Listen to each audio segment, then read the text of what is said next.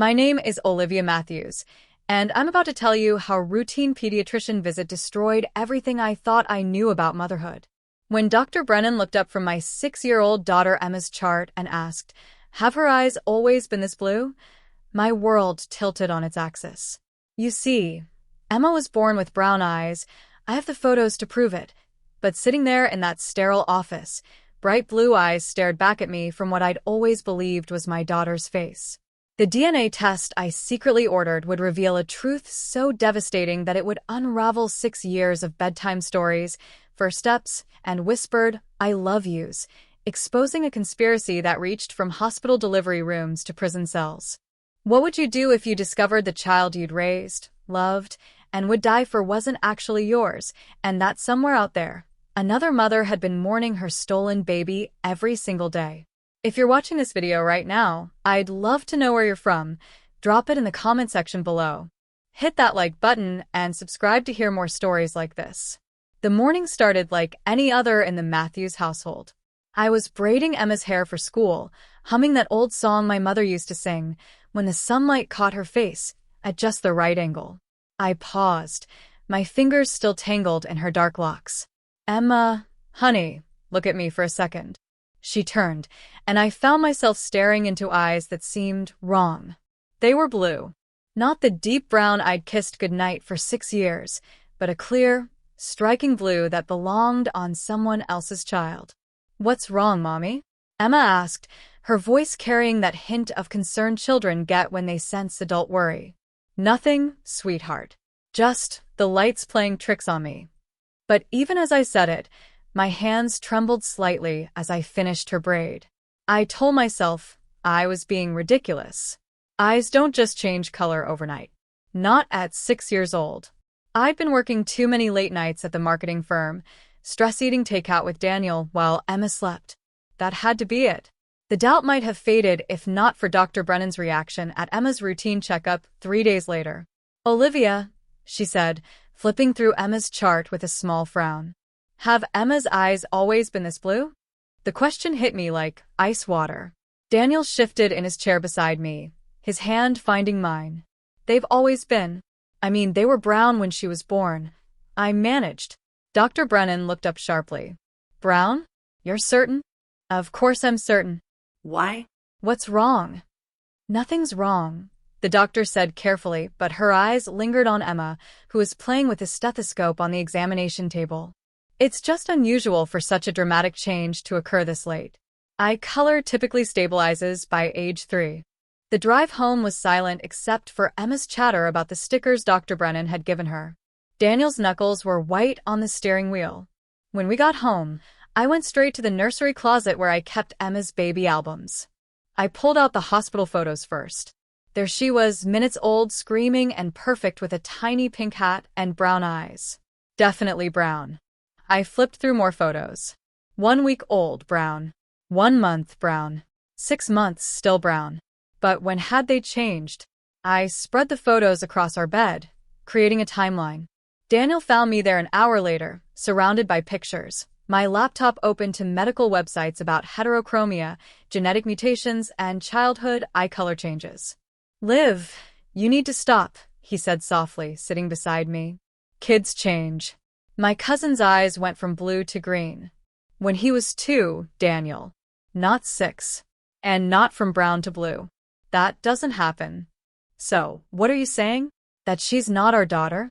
The words hung between us like a blade. I couldn't answer because the thought was too insane, too impossible.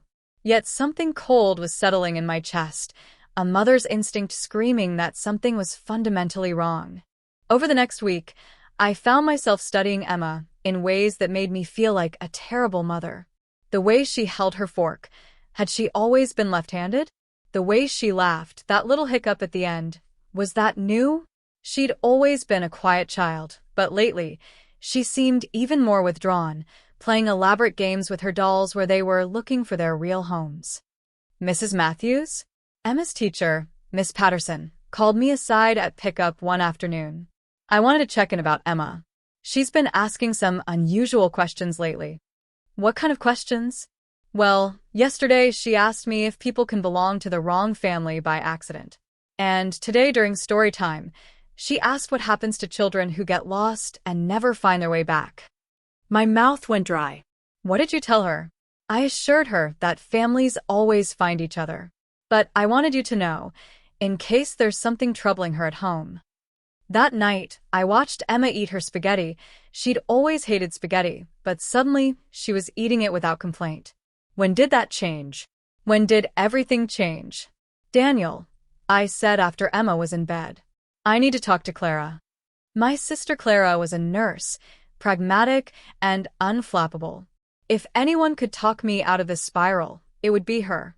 But when I called her and explained everything, she was quiet for a long moment. Liv, she finally said, trust your gut. You know your child better than anyone. If something feels wrong, but what am I supposed to do? Tell everyone I think my daughter isn't my daughter because her eyes changed color? Have you considered a DNA test? The suggestion knocked the wind out of me.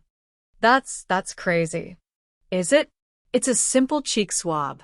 If it comes back as a match, you can put this all behind you. I found myself on parenting forums that night, reading story after story. Most were about fathers discovering affairs, but one caught my eye. Hospital mistake. We raised the wrong child for 3 years. The top comment read, start with a simple DNA test. Don't assume anything. For 3 days, I carried the idea like a stone in my stomach. Then Emma had a nightmare. She came padding into our room at 2 a.m., tears streaming down her face. Mommy, I had a dream about a lady with red hair. She was singing to me, but I couldn't find her. I held her tight, feeling her little heart race against mine. It was just a dream, baby, but it felt real, like a memory that got lost. The next morning, I ordered the DNA test kit. When it arrived, I stared at the box for hours. Such a small thing to potentially destroy everything. Daniel found me crying over it in the kitchen. Olivia, what is this? I need to know, Daniel. I need to know she's ours. His face went through a series of emotions, anger, hurt, fear, before settling on something I couldn't quite read. This is insane. You gave birth to her. I was there. Were you? You were in and out, Daniel. I had complications, remember? I was so drugged, and then the recovery. My voice broke. I just need to know. He was quiet for a long moment then. Fine. But when this comes back positive, you need to get help. This paranoia isn't healthy. That night, while Emma slept, I swabbed her cheek with shaking hands. She stirred but didn't wake, mumbling something that sounded like Melinda before settling back into sleep. I told myself I'd misheard. The next morning, I drove to the lab myself. The technician was kind, professional, didn't ask questions. She said results would take 5 to 7 business days. It's a formality, I told my reflection in the rearview mirror. Just to put this to rest. But even as I said it, I knew. Somewhere deep in my bones, in that primal place where mothers know their children, I already knew that everything was about to change. The waiting was agony. 7 days stretched like 7 years, each morning bringing fresh anxiety as I checked my email before Daniel woke up. I went through the motions of normalcy, work meetings, school pickups, dinner preparations, while inside, I was unraveling. Emma seemed to sense the tension. She became even quieter, spending hours drawing pictures of houses with too many windows and families where no one quite matched. One evening, I found her staring at herself in the bathroom mirror. What are you doing, sweetheart? Looking for her, Emma said simply. Looking for who? The girl who's supposed to be here. My blood ran cold.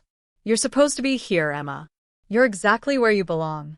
She met my eyes in the mirror, those impossible blue eyes, and said, sometimes I dream I'm somewhere else. With different people. Is that wrong? I pulled her into a hug. Perhaps too tightly. Dreams are just dreams, baby. But that night, she asked Daniel, do people stay the same inside forever? Or do we change into different people? Daniel, who'd been distant all week, barely looked up from his laptop. We're always ourselves, Emma. Now finish your homework. The space between Daniel and me had grown into a chasm. He worked late every night, came to bed after I was asleep, left before I woke. When we did talk, it was about logistics, who would pick up Emma, what to have for dinner, anything but the test we were waiting for. On the 5th day, Emma mentioned something that made my heart stop.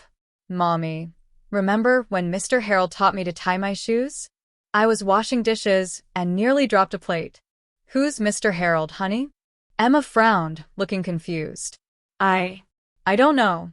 I just remembered someone showing me the bunny ears method, but it wasn't you or Daddy. "I taught you to tie your shoes, Emma. Remember? We practiced on your rainbow laces." Oh. She looked troubled. "Then who is Mr. Harold?" That night, I couldn't stop thinking about it. I went through every photo, every video, looking for anyone named Harold. Nothing. When I asked Daniel, he snapped. "For God's sake, Olivia, she probably heard the name at school or on TV. Stop looking for mysteries where there aren't any." "Then why are you so angry?" "Because my wife thinks our daughter isn't ours. Because you've turned our home into some kind of investigation scene. Because..." He stopped, running his hands through his hair. "Just stop, okay? Please." But I couldn't stop. Especially not after I found the receipt. I wasn't snooping. I was looking for Emma's immunization records for a school form when I found it tucked in Daniel's drawer. A hotel receipt from 6 years ago, dated 3 weeks after Emma was born. The Marriott downtown. He told me he was at a conference in Boston that week. Why would he lie about where he was 3 weeks after our daughter was born? Unless the email came at 11:47 p.m. on the 7th day. Daniel was asleep beside me, or pretending to be. My phone buzzed with the notification from Gene Tech Laboratories. My hand shook so badly I could barely unlock my phone. The email was professional, clinical. "Dear Mrs. Matthews, your DNA test results are now available. Please log in to your secure account to view them." I slipped out of bed and locked myself in the bathroom, sitting on the cold tile floor with my back against the door. The portal loaded slowly, each second an eternity. Then there it was in black and white. Probability of maternity, 0% probability of paternity, 0% conclusion. The tested adults are not the biological parents of the tested child. The words blurred as tears came hard and fast. I pressed a towel to my mouth to muffle the sobs, my whole body shaking. This couldn't be real. This couldn't be happening. I gave birth to her. I remembered the pain, the pushing, the first cry. Or did I? The memories were hazy, fragmented. I'd had complications, lost a lot of blood. The emergency C-section, the drugs, the days of recovery where everything was a blur. I don't know how long I sat there, but eventually Daniel knocked. "Olivia, are you okay?" I opened the door, and he took one look at my face and knew. "The results." I nodded, unable to speak. He was silent for a long moment then. "There must be a mistake. Labs make mistakes all the time. You were the one who gave birth, Olivia." "I was there." "Were you?" My voice was raw. "You kept leaving. Your mother was there more than you were. And that receipt, Daniel, the hotel receipt from when you said you were in Boston?" His face went pale. It's not what you think." "Then what is it?" He sank onto the bed, head in his hands. I couldn't handle it. The NICU, the machines, your recovery. I needed a night away. Just one night to breathe. I'm not proud of it. "NICU?" Emma wasn't in the NICU. She was healthy. Daniel looked up at me then, and something in his eyes made my blood run cold. She was healthy. Our daughter was healthy. The weight of those words, our daughter, not Emma, crashed over me. The next morning, I called Clara. She came over immediately, took one look at me, and pulled me into a hug. "Tell me everything." I showed her the results, told her about Daniel's behavior, the hotel, Emma's strange questions. Clara listened, her nursing training keeping her calm and analytical. "We need a second test," she said. "Different lab. And this time, test blood types too. If there was a hospital mix-up." "This wasn't a mix-up," I interrupted. "Something happened. Something Daniel knows but won't tell me." Clara was quiet then. "Liv, I need to tell you something. When Emma was born, I was working a shift in pediatrics. I wasn't on your floor, but I heard things. There was talk about a situation in maternity that week. A baby that didn't make it, and some confusion with the paperwork. My heart stopped. What kind of confusion? I don't know the details. But Nurse Bennett, she was on your rotation. She left really suddenly afterward. Like, cleared out her locker and never came back. I need to find her. Liv, maybe you should prepare yourself for the possibility that. That what? That the baby I've raised for 6 years isn't mine? I'm already there, Clara. What I need to know is whose child she is. And what happened to mine. The second test kit arrived 2 days later. This time I also ordered a blood type test. Daniel refused to participate. I'm not enabling this delusion, he said coldly. It's not a delusion if the DNA says. The DNA is wrong. He slammed his hand on the counter, making me jump. Emma is our daughter. End of discussion. But that night, I heard him on the phone with someone, his voice low and urgent. We need to talk. It's happening. She knows. When I confronted him, he claimed it was a work call. But the next day, his mother called me. Olivia, dear. Daniel tells me you're having some concerns about Emma.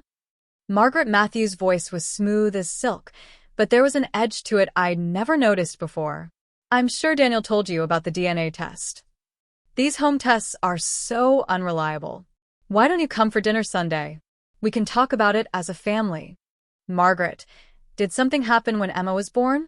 Something with the hospital? The pause was just a beat too long. What a strange question. You were there, weren't you? After I hung up, I knew with absolute certainty. They all knew something. Daniel, his mother, maybe others. There was a truth buried 6 years ago, and Emma, whoever she really was at the center of it. The second test came back with the same results, but this time with additional information that made my stomach drop. Emma's blood type was AB negative. Daniel was O positive.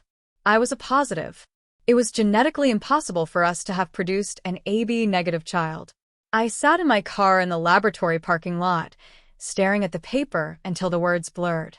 This wasn't a mistake. This wasn't a lab error. Emma wasn't our biological child. But if she wasn't ours, whose was she? That night, sleep brought no peace. Fragments of memory from Emma's birth kept surfacing, the emergency C-section after hours of labor, the sound of a baby crying that seemed to stop too soon, voices saying we need to take her, the drugged haze where time meant nothing. I remembered asking for my baby and someone saying, she needs special care. But then Emma was in my arms, perfect and healthy, and I was too exhausted and grateful to question the timeline that didn't quite make sense. I woke at 3 a.m. with a sudden, crystal-clear memory. A nurse leaning over me, her face obscured by surgical mask, whispering, "We'll take care of everything, Mrs. Matthews. Just rest now." The next morning, I drove to St. Mary's Hospital while Daniel took Emma to school. The records department was in the basement, fluorescent lights humming over rows of filing cabinets. I need all records from my daughter's birth, I told the clerk. March 15th, 2018. The woman typed efficiently. I show you had a cesarean delivery, recovery time of 5 days. Would you like the full medical record? Everything, including nursing notes and staff assignments. She hesitated. For the complete staff records, you'll need to submit a formal request. Legal department handles those. Why would I need legal approval to see who was in the room when I gave birth? Hospital policy, ma'am, especially for records over 5 years old. I filled out the forms, but something in her expression told me I wouldn't be getting those records anytime soon. At home, I started my own investigation. Nurse Bennett, Clara had mentioned she'd left suddenly. I found 3 Jennifer Bennetts in the state, but only one had been a maternity nurse. Her LinkedIn profile showed she'd left St. Mary's on March 22nd, 2018, exactly 1 week after Emma was born. She now worked at a small clinic 3 hours away. I called the clinic. I'm looking for Jennifer Bennett. I was a patient of hers 6 years ago. I'm sorry, Ms. Bennett no longer works here. She left about 2 years ago. Do you have forwarding information? I'm not able to share that information. Dead end after dead end. But I couldn't stop. I spent hours online, searching for something, anything. And then, in a deep dive through old news archives, I found it. March 20th, 2018. Local woman claims hospital lost newborn daughter. The article was brief, buried in the back pages. Melinda Hughes, 26, had filed a complaint claiming her daughter had disappeared from St. Mary's Hospital nursery. Hospital administrators stated the claim was unfounded and that Ms. Hughes had been confused due to medical complications. The case was dropped when Ms. Hughes failed to provide sufficient evidence. My hands trembled as I searched for more information about Melinda Hughes. I found a Facebook profile, private, but the profile picture showed a woman with distinctive red hair. Red hair, like the woman Emma dreamed about. Emma had been acting stranger each day. She'd started collecting things, small objects she'd hide in her jewelry box. When I asked about them, she said, "They're for when I go home." When I reminded her she was home, she'd gotten a distant look and said, "My other home. The one in my dreams." That evening at dinner, Emma suddenly asked, "What if babies got mixed up at the hospital? Like, what if someone took home the wrong baby?" Daniel's fork clattered to his plate. "Where did you hear about that?" "Nowhere. I just wondered, would the real parents ever find them?" I reached for her hand. "Emma, honey, is something bothering you?" She looked at me with those blue eyes, Melinda's eyes, and said, "Sometimes I feel like I'm supposed to be somewhere else. Like I'm visiting here, but my real life is waiting." That night, Daniel finally cracked. "I need to tell you something," he said, standing in our bedroom doorway like a stranger. "About when Emma was born." I sat up, my heart racing. "You knew. You've known this whole time." "No, not exactly." He came in, closed the door, sat on the edge of the bed like he might bolt at any moment. "There were complications. With the baby. Our baby." "What complications?" "Emma was healthy." "Not Emma." His voice broke. "Our daughter. Our biological daughter. There were problems with her heart. They took her for surgery, but..." The room spun. "She died? Our baby died. They said she didn't make it. Mom was there. She handled everything while you were recovering. You were so sick, Olivia. You'd lost so much blood. You were delirious for days." "And Emma?" "Where did Emma come from?" "I don't know." The words exploded out of him. "Mom said," she said, "the baby recovered. That it was a miracle. She handled all the paperwork while I was with you in the ICU. By the time you were conscious enough to hold her, everything was done. And she looked like she could be ours." "You knew she wasn't our baby?" "I suspected. But I told myself I was being paranoid. That trauma makes you think crazy things. And you were so happy, so in love with her immediately. How could I take that away? How could I tell you our daughter died when you were holding a baby you believed was yours?" I felt like I was drowning. "Your mother did this. She switched the babies." "I don't know that for sure." "Daniel, stop. Stop protecting her." A woman named Melinda Hughes reported her baby missing the same week. A baby girl, born the same day as ours. His face went white. "Melinda Hughes? You know that name?" He stood abruptly, pacing to the window. "Mom mentioned her once. Said she was a drug addict who'd abandoned her baby. That social services had taken the child." "And you believed that?" "I wanted to believe it. I wanted to believe that Emma came to us legitimately, that somehow everything was okay." He turned to face me, tears streaming down his face. "I couldn't lose you both, Olivia. Our daughter was dead, and you almost died too. When Mom put that baby in your arms and you smiled for the first time in days. I just couldn't." The next morning, while Daniel took Emma to Saturday soccer practice, I made a decision. I messaged Melinda Hughes on Facebook. "Miss Hughes, my name is Olivia Matthews. I had a daughter at St. Mary's Hospital on March 15th, 2018. I need to speak with you urgently about something that happened that week." Her response came within minutes. "Is this about my baby?" We arranged to meet at a coffee shop the next day. I told Daniel I was going to see Clara, but I think he knew I was lying. "He didn't try to stop me." Melinda Hughes looked older than her 32 years. She had the hollow look of someone who'd been grieving for a long time. But when she saw me, something sparked in her eyes. Hope. "You know something about my daughter," she said. It wasn't a question. I pulled out my phone, hands shaking, and showed her a recent photo of Emma. Melinda's hand flew to her mouth, a sob escaping. "That's her. Oh my God, that's my baby. I knew it. I knew she didn't die."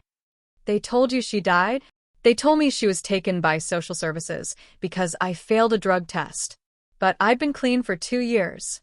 I demanded to see the test results, to see the social worker, but they kept stonewalling. Then they said there'd been a mistake, that my baby had passed away from complications. They couldn't even keep their story straight." I showed her the DNA results. "The child I've been raising, she's not biologically mine." Melinda stared at the papers, tears streaming down her face. "Where is she? Can I see her? I need time to figure out what happened, to understand how." 6 years, Melinda interrupted. "I've been mourning her for 6 years. They told me I was crazy, that I was confused, that the drugs had messed with my memory. But I knew. A mother knows." She pulled out a small photo album from her purse. "These are from the day she was born, before they took her." I looked at the photos, a newborn with a thick crop of dark hair and distinctive blue eyes. The same eyes that looked at me every morning across the breakfast table. "There was a birthmark," Melinda said quietly, "behind her left ear, shaped like a little crescent moon." My blood ran cold. Emma had that exact birthmark. I'd kissed it 1,000 times. That evening, Emma was playing in her room when I heard her talking to her dolls. "Don't worry," she was saying. "Your real mommy will find you." Sometimes mommies lose their babies, but they always come back. They never stop looking. I stood in her doorway, watching her create elaborate scenarios where lost children found their way home. She looked up and saw me. "Mommy, why are you crying?" I knelt beside her, pulling her into my arms. "Emma, do you remember when you told me about the lady with red hair? The one from your dreams?" She nodded against my shoulder. "What else do you remember about her?" Emma pulled back, her face serious. "She smelled like oranges." And she hummed a song. I don't know the words, but sometimes I hum it too. She began to hum a melody I'd never heard before, haunting and beautiful. "She was sad," Emma continued. "In my dream, she's always crying and saying she's sorry." "Why is she sorry, Mommy?" "I held my daughter, but she wasn't my daughter, was she? And made a decision that would shatter multiple worlds." "Emma, honey, we need to take another special test. Like the one we did with the cotton swab, remember?" "Why?" "Because sometimes families are more complicated than we think." That night, I called Clara. I found her, the biological mother. "Clara, what do I do?"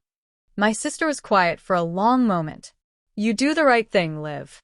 Whatever that looks like, you do the right thing." But what was the right thing? How do you untangle 6 years of love, of bedtime stories and scraped knees and first days of school? How do you tell a child that everything she knows is built on a lie? And perhaps the hardest question of all, how do you give back a child who is never yours to keep? I called Melinda the next morning, my voice barely steady. "I think I have your daughter." The silence stretched so long I thought she'd hung up. Then, barely a whisper, "Is this real? Please, God, tell me this is real." The DNA test I took. Emma isn't biologically mine or my husband's. She was born on March 15th, 2018, at St. Mary's. She has blue eyes, dark hair, and... I swallowed hard. A crescent moon birthmark behind her left ear. The sound that came through the phone was primal, 6 years of grief breaking like a dam. I stood in my kitchen, gripping the counter, listening to a stranger sob for the child I'd tucked into bed last night. Her name, Melinda finally managed. I named her Luna. For the birthmark. For the moon. Luna. Not Emma. The floor seemed to shift beneath me. We agreed to meet again, this time at a park 2 towns over. Clara insisted on coming with me, her protective presence a comfort. Melinda arrived carrying a worn folder and a small, faded stuffed bunny. "This was hers," she said, clutching the bunny. She only had it for 5 days, but I kept it. Kept everything. She opened the folder with shaking hands. Inside were documents I wasn't prepared for. Hospital records from her delivery, a birth certificate for Luna Marie Hughes, and photos. So many photos from those 5 days. There was one of Melinda holding her newborn, both asleep, that made my chest ache. The love was so evident, so pure. Tell me about the birth, I said. Melinda's story came in halts and starts. She'd been clean for 2 years, working at a grocery store, preparing for her baby alone after the father left. The birth was normal, Luna was healthy. But Melinda had a reaction to medication that left her disoriented for a day. When I was finally clear-headed, they said social services had taken her because I'd failed a drug test. I demanded to see the test, the social worker, anything. But they kept giving me different stories. First she was in foster care, then she'd been adopted, then she looked at me with haunted eyes. Then they said she died. Complications, they said. But I never saw a body. Never got a death certificate. My mother-in-law, I said quietly. She was on the hospital board. She arranged something. Clara leaned forward. Melinda, did anyone offer you money? Try to get you to sign anything? There was a woman. Well-dressed, older. She came to my room and said there had been a mistake, that my baby had severe health problems.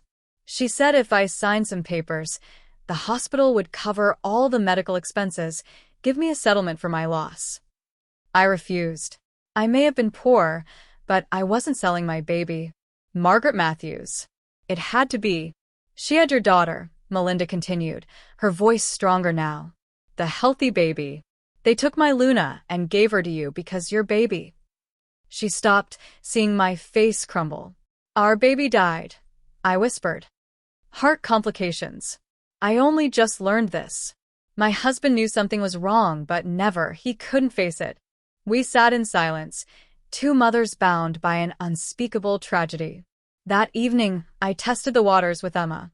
We were reading bedtime stories when I asked, Emma, what do you think about the name Luna? She sat up immediately, eyes wide. That's my moon name. Your moon name? Sometimes in my dreams, someone calls me Luna. They say, Luna, my little moon. But that's silly, right? I'm Emma. Names are funny things, I said carefully. Sometimes people have more than one name. She considered this. Like how Grandma Margaret calls me dear, but you call me sweetheart. Something like that. She settled back against me, then said quietly, Mommy, the lady with red hair in my dreams? She calls me Luna. She says she lost me, but never stopped looking. I held her tighter, my heart breaking into pieces I'd never be able to reassemble. The confrontation with Daniel came that night after Emma was asleep. I told him everything, meeting Melinda, the matching birthmark, Emma's dreams. You met with her? He was pacing our bedroom like a caged animal. Without telling me, you've been lying to me for 6 years, Daniel. You don't get to be indignant. I was protecting you. You were protecting yourself. And your mother. Leave her out of this. She orchestrated this entire thing. She stole a baby from a vulnerable woman and gave her to us. You don't know that for certain. Stop it, I screamed, not caring if I woke Emma. Stop defending her. Stop pretending this is okay. A mother has been grieving for 6 years while we raised her child. Daniel sank onto the bed, head in his hands. So what now? You're going to just hand Emma over? Destroy her life? I don't know what I'm going to do.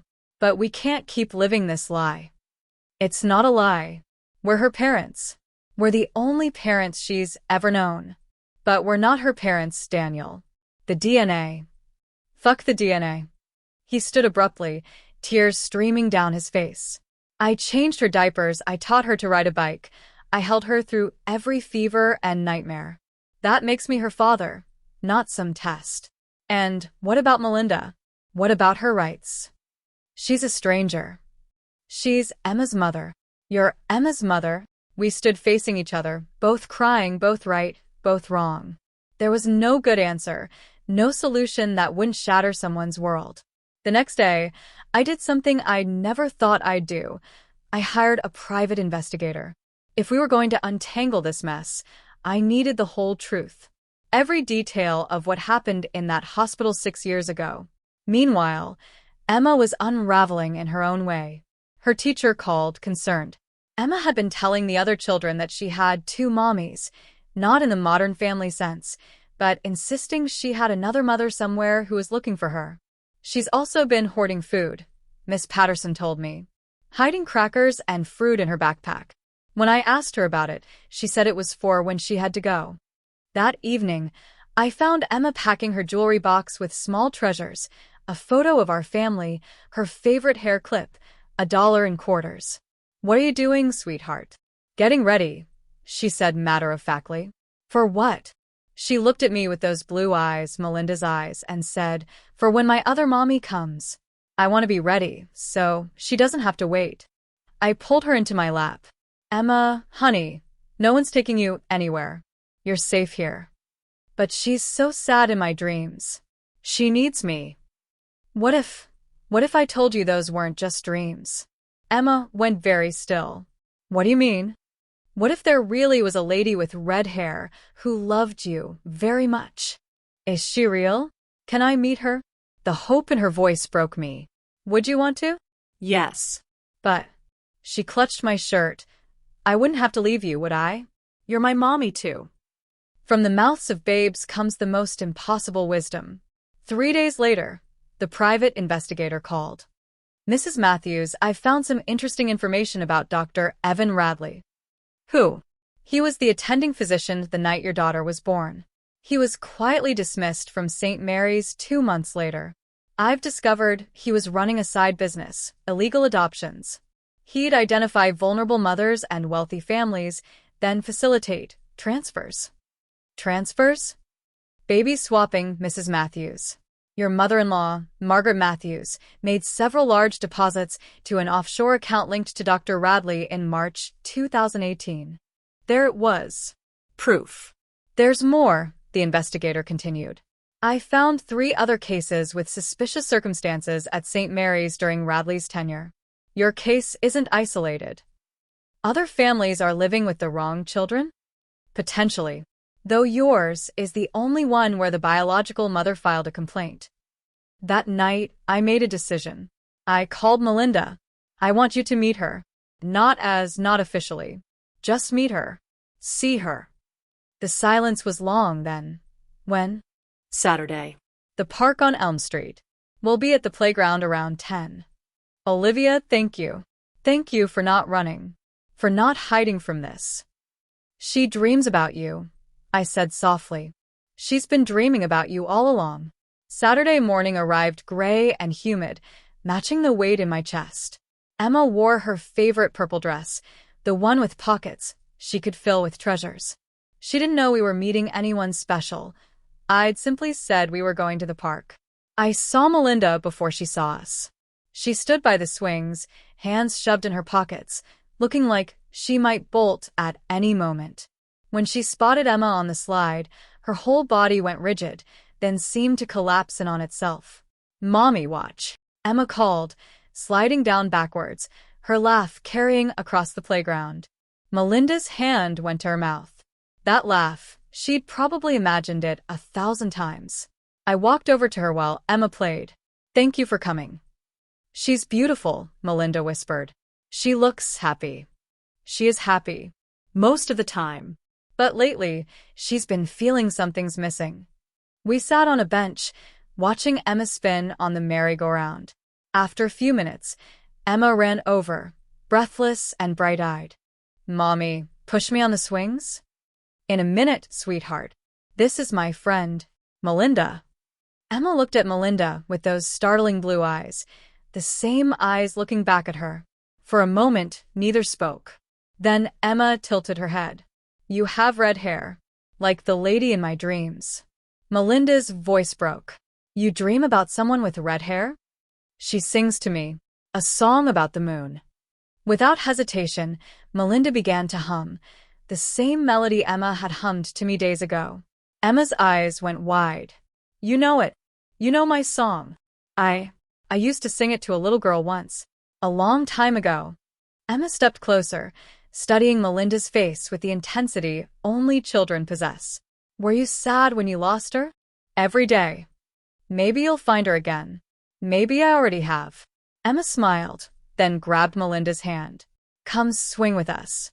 I watched them together. The mother who'd lost everything and the child who didn't know she'd been lost. Emma chatted freely, showing Melinda how high she could swing, demonstrating her cartwheel, sharing elaborate stories about her imaginary friend. And Melinda absorbed every word, every gesture, like someone dying of thirst finally finding water. When it was time to leave, Emma hugged Melinda goodbye without prompting. Will I see you again? Melinda looked at me over Emma's head, the question clear in her eyes. Yes, I said. You'll see her again. That night, everything exploded. Daniel had been at his mother's house all day. When he came home, his face was stone. You let her meet Emma. Clara told me. Clara had no right. She's worried about you. About what you're doing to our family. Our family is built on a lie, Daniel. Our family is built on love. He slammed his hand on the counter. We loved Emma from the moment we held her. We've given her everything. Everything except the truth. Everything except her real mother. You are her real mother. No, I'm the mother who benefited from your mother's crime. That stopped him cold. What are you talking about? I showed him the investigator's report. The offshore accounts, Dr. Radley's dismissal, the pattern of suspicious adoptions. Daniel read it twice, his face growing paler with each page.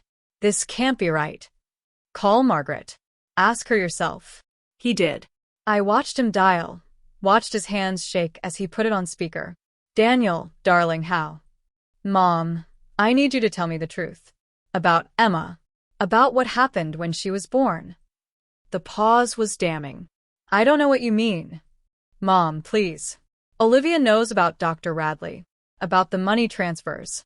Just tell me the truth. Margaret's voice, when it came, was cold and controlled. I protected our family. You were falling apart, Olivia nearly died, and that baby, your baby, wasn't going to make it. I made a decision. You stole someone else's child? I saved you. Both of you. That girl was a drug addict. She was clean for 2 years. She was nobody. A grocery store clerk with no family, no support system. That baby would have ended up in foster care anyway. That wasn't your decision to make, wasn't it? You couldn't even stay at the hospital, Daniel. You ran away to a hotel while your wife was dying. Someone had to be strong. Someone had to ensure our family survived.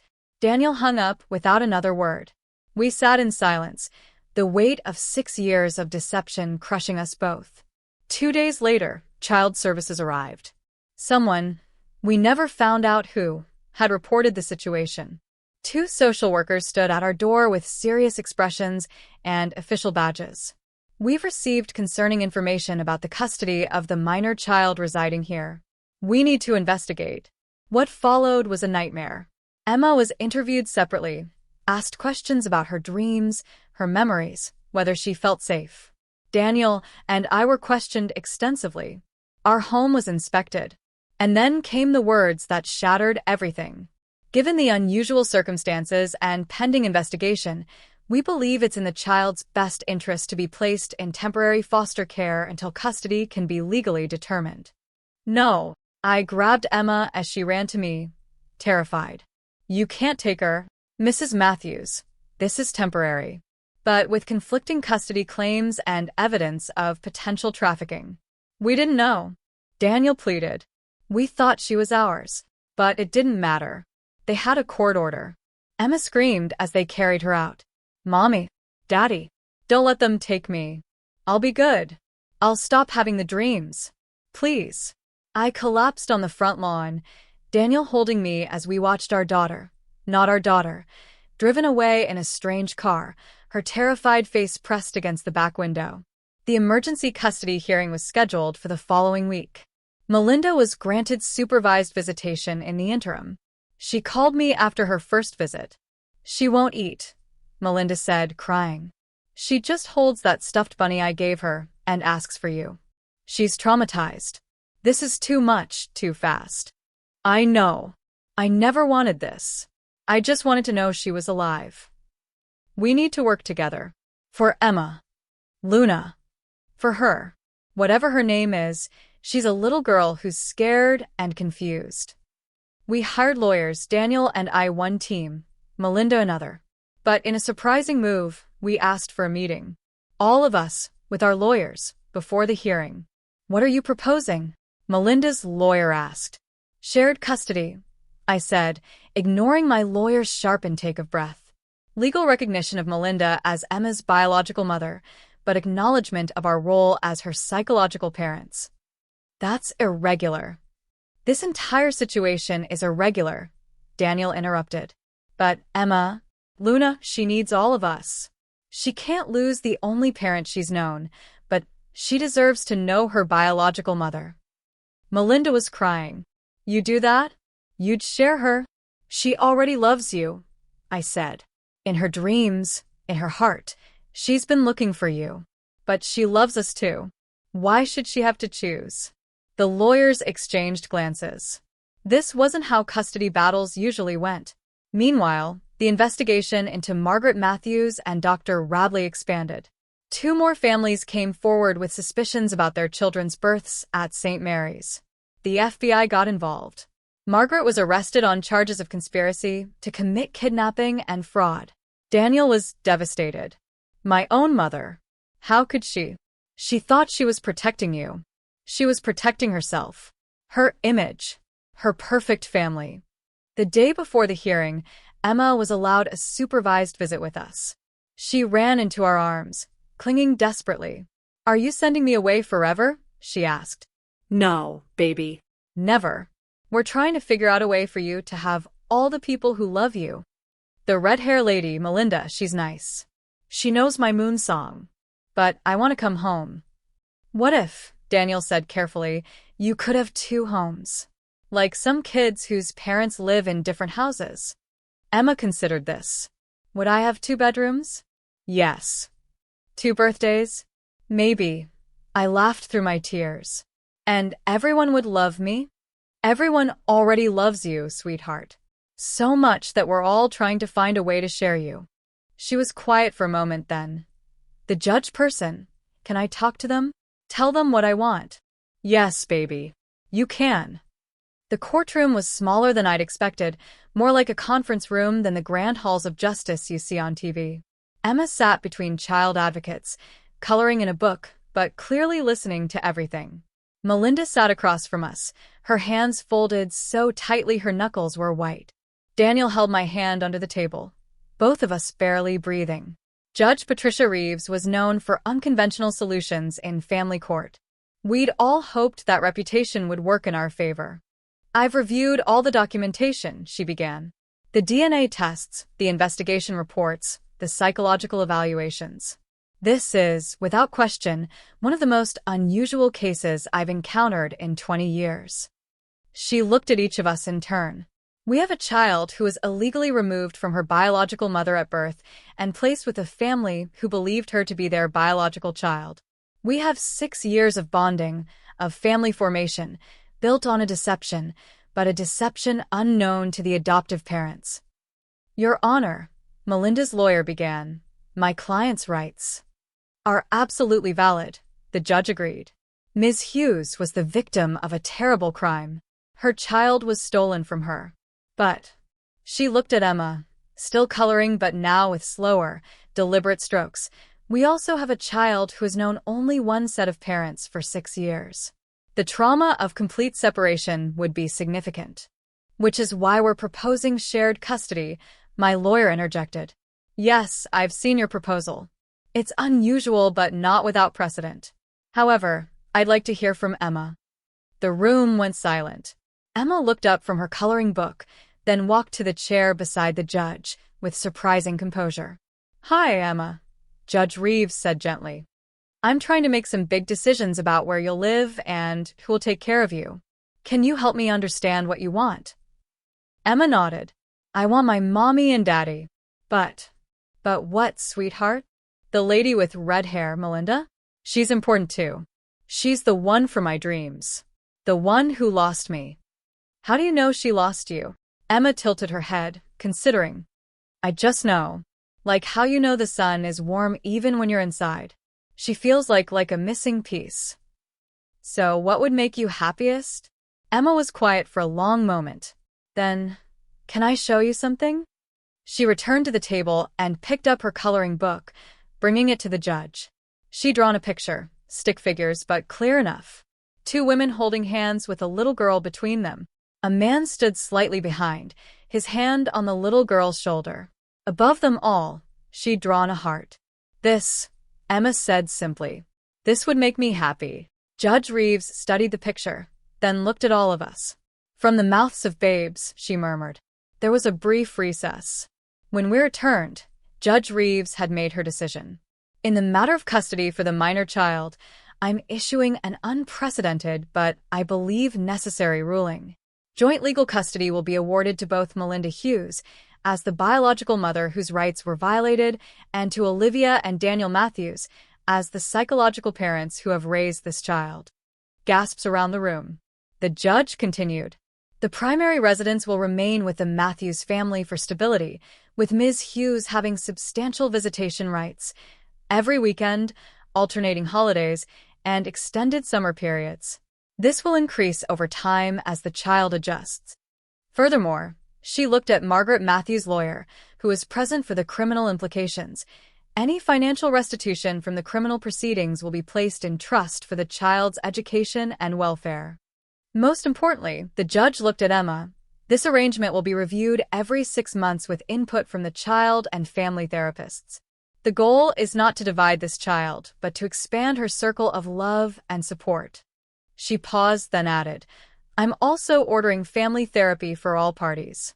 This situation arose from terrible deception, but it's clear that love, not malice, motivates everyone now involved. Emma or Luna, or whatever name she chooses to be called, deserves to benefit from all that love. Your Honor, Emma piped up. Can I be both? Emma Luna? The judge smiled. You can be whoever you want to be, sweetheart. The relief in the room was palpable. It wasn't perfect. How could it be? But it was something. Outside the courthouse, we all stood awkwardly, unsure how to proceed. Then Emma took charge, grabbing Melinda's hand in mine, pulling us together. We need rules, she announced. Like, Melinda can't give me better birthday presents than Mommy and Daddy, because that's not fair. And everyone has to come to my school plays. And nobody can say bad things about anybody else. Those sound like good rules. Melinda laughed through her tears. And, Emma continued very seriously, everybody has to promise to love each other. Not like married love, but like family love. Because that's what we are now, right? A really big, weird family? Daniel knelt beside her. The weirdest. The most complicated. I added. The most special, Melinda finished. 6 months later, I stood in what had been our guest room, now Emma's room at Melinda's house for weekend visits. Melinda and I had been painting it together. Purple, of course, Emma's favorite color.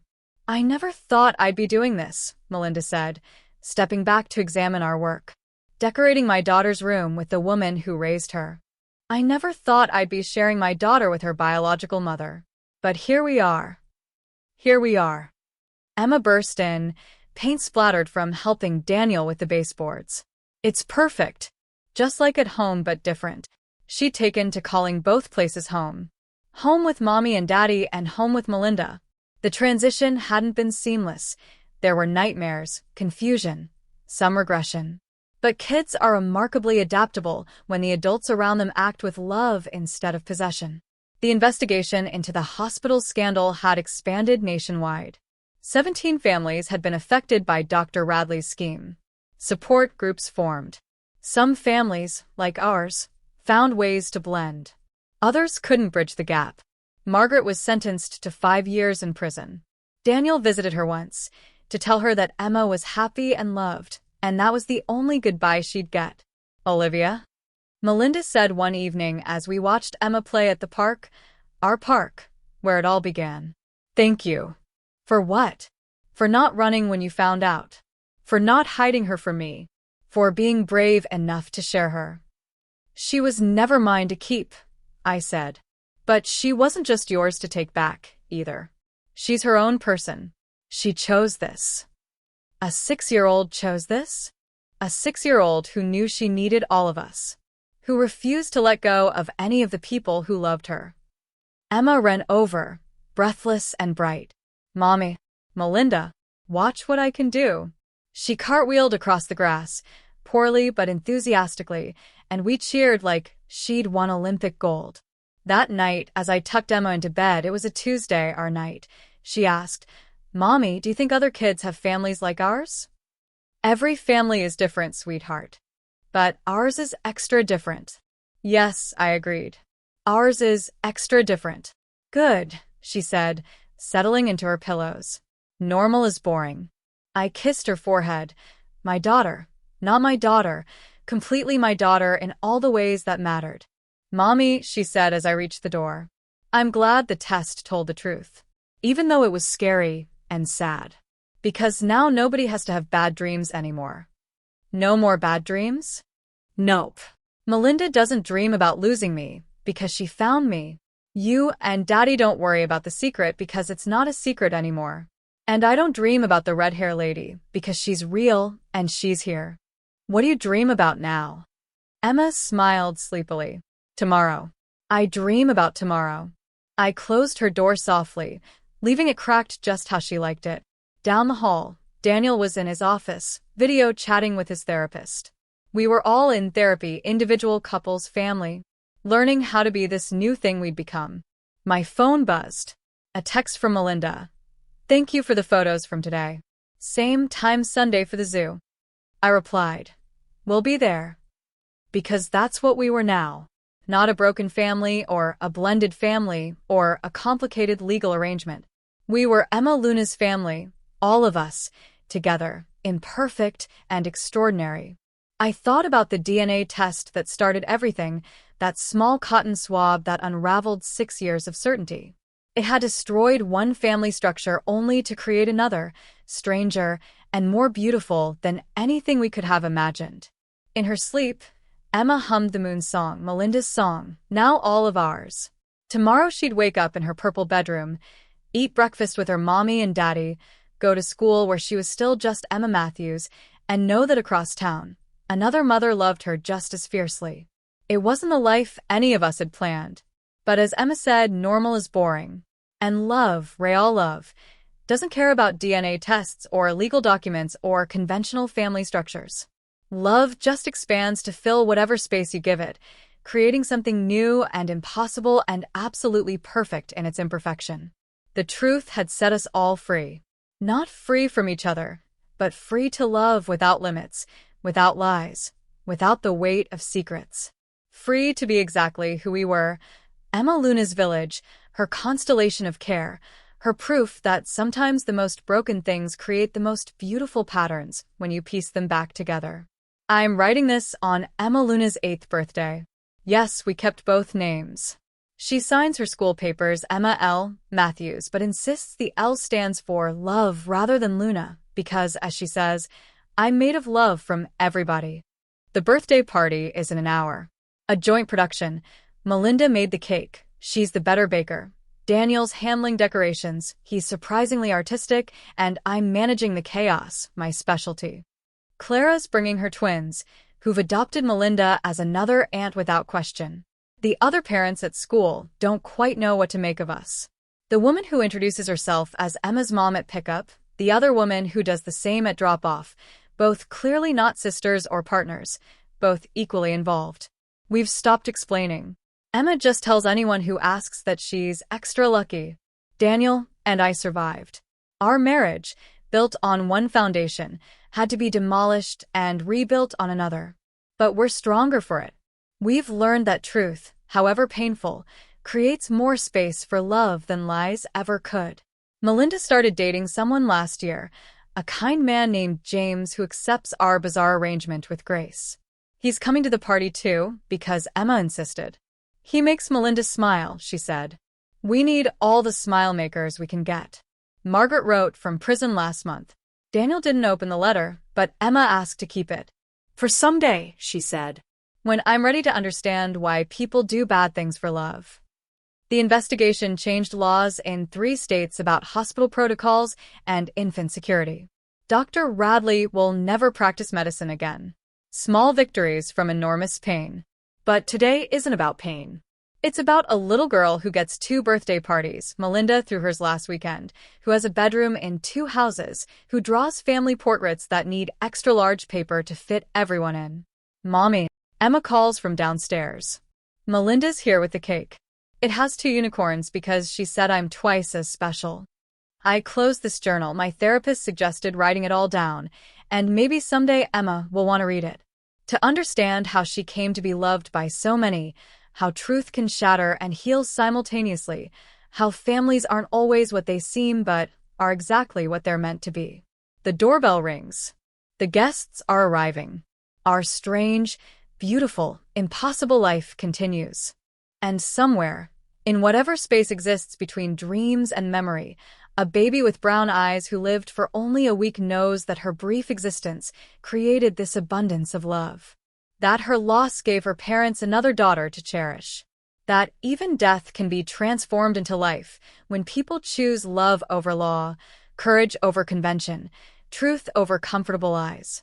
Happy birthday, Emma Luna. You are the moon that pulled the tides of our lives into new patterns. You are the question that became its own answer. You are ours and hers and your own. You are loved beyond measure, beyond reason, beyond the limits of what any DNA test could ever reveal. If you discovered the child you've loved for years wasn't biologically yours, would you have the courage to share them with their real mother? Or would you run? Like this video if you believe love is stronger than DNA, and subscribe for more stories that challenge everything we think we know about family.